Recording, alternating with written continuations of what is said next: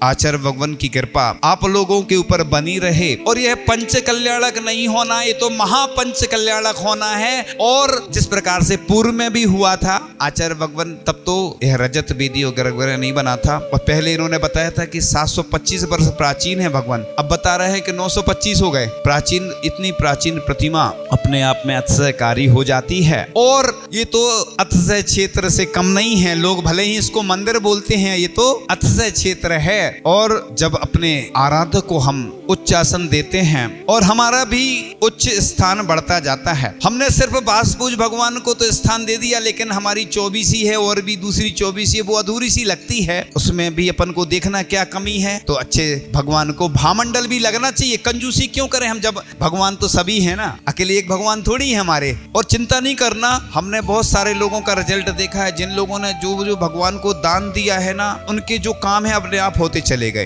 पहले के लोग जरूर कंजूस रहते थे कि द्रव्य में हाथ लगाते थे, प्लेट में, एक प्लेट में सब लोग पूजा कर लेते थे। वो तो बस नहीं चलता, उनका पूरा खानदान कर ले पूजन एक ही प्लेट में। जो ऐसी पूजन करते हैं उनको हम कहते हैं भोजन भी वैसे ही करना, फिर एक ही प्लेट में सब पूरे घर। जब भोजन तो अलग अलग चाहिए, अच्छा मिठाई चाहिए, रसगुल्ला ये और वो, हमें सब मालूम है। लोगों को जब मिठाई अच्छी अच्छी चाहिए तो भगवान को भी तो हम अच्छी द्रव्य से पूजन करें, इसमें क्यों कंजूसी करें। कंजूसी नहीं करना। लोग पहले यही बोलते हैं हर जगह, अरे महाराज जी कैसे होगा, क्या होगा। तो हम फिर तैयार कर लेते हैं लोगों के। हमारे तो यहाँ के भी तैयार, वहाँ के तैयार। हमने एक बार सुनाया था, बहुत अच्छा उदाहरण। अजितनाथ भगवान है बंधा जी में, अतिशयकारी हैं, उनका अतिशय देखा है हमने। हम बैठे थे सामने, हमने कहा भगवान आपके यहाँ अच्छे सुंदर सुंदर रजतमय भामंडल लग जाए और चमर लग जाए, और छत्र तो लगे थे। कई वेदियों पे हम देखते लोग अधूरा काम करते हैं। अपने लिए तो अच्छे कपड़े चाहिए, कार चाहिए, मोबाइल, सब अच्छा चाहिए। भगवान की बात आती है तो लोग कंजूसी करते हैं बस। और हम बोलते तुम क्यों कंजूसी करते, तुम अपना पुण्य कमजोर कर रहे हो, तुम तो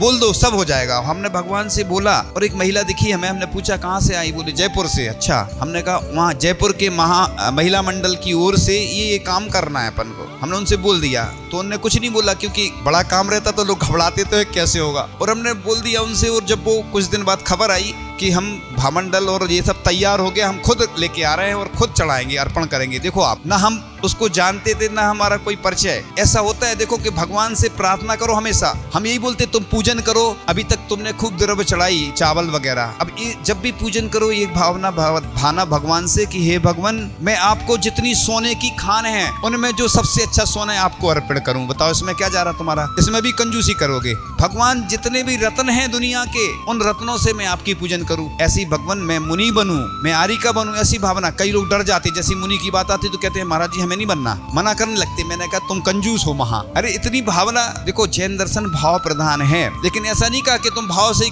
करते रहो, फिर भाव से भोजन ही करना, फिर पूजन करते ना भाव से। कई लोग प्लेट में हाथ लगाते, ये पुराने कंजूसों की परंपरा है। ये पहले के बुजुर्ग थे वो नहीं समझते थे। हमने खुद देखा है कि सस्ते चावल लाते थे पहले घर में, काय के लिए, भगवान को चढ़ाने के लिए। लेकिन लोगों ने जब देखा कि अरे दान से तो हमारा अच्छा प्रभाव पड़ रहा है, तुम देख लेना जब भी दान दोगे तुम्हारी कहां से, लोगों ने बताया महाराज जी हमने दान दिया और हमारा जाने कहां से राशि आ जाती है पता ही नहीं चलता। लोग क्या है, भोजन में तो कंजूसी नहीं करेंगे, वस्त्रों में नहीं करेंगे, जब भगवान को चढ़ाने की बात आती तो कंजूसी करते हैं। अरे भगवान के ही प्रभाव से मिलता है, हमने देखा है। लोग कई बार दान की बात आती है मंदिर आदि में, हम हमेशा बोला करते हैं कि तुम भगवान की चिंता नहीं करो, भगवान अपनी व्यवस्था खुद कर लेंगे। लोग सोचते हैं हम भगवान की व्यवस्था कर रहे हैं। तुम भगवान की व्यवस्था क्या करोगे, भगवान की व्यवस्था स्वयं होती चली जाती है। और कहां से क्या आ जाता है। जितने हमने भारत में कई मंदिरों के काम देखे हैं कि पहले स्थिति ये रही कि मंदिर बनाने के लिए बहुत परेशानी गई। कमेटी वाले कई बार आते हैं, महाराज जी कोई दे नहीं रहा दान, उनने बोल तो दिया वो देते ही नहीं है। तो निर्माल जो